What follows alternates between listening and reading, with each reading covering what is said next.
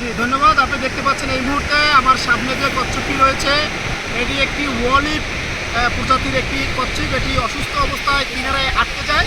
আমি এটাকে একাধিকবার চেষ্টা করেছি গভীর সমুদ্রে নিয়ে ছেড়ে দেওয়ার, কিন্তু সমুদ্রের স্রোত এবং ঢেউকে অতিক্রম করে এটি সমুদ্রে যেতে পারছে না। এটি অসুস্থ। আমরা ধারণা করতেছি একটি মা কচ্ছপ যেহেতু এটি ডিম পাড়ার জন্য উপকূলের কাছাকাছি আসছে। আমরা ইতিমধ্যে উপকূল পরিবেশ রক্ষা আন্দোলন উপর যে টিম আমরা ঘটনাস্থলে রয়েছি এবং আমরা উপকূলীয় বন বিভাগকে খবর দিয়েছি।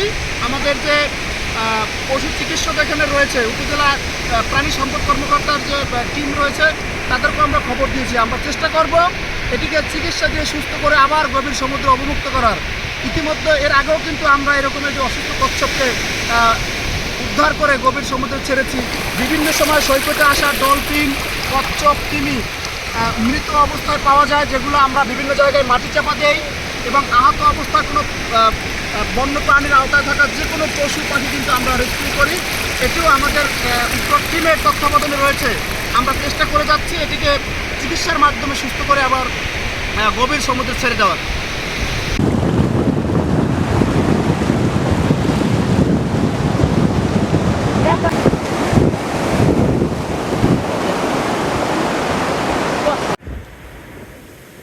পরে পরিচর্যা করেন আপনি?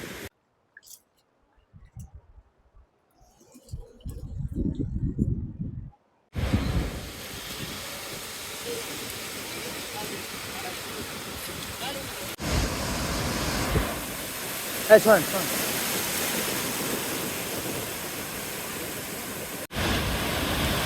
ছবি ছবি ছবি ছবি এই যে লইয়ে না ছবি।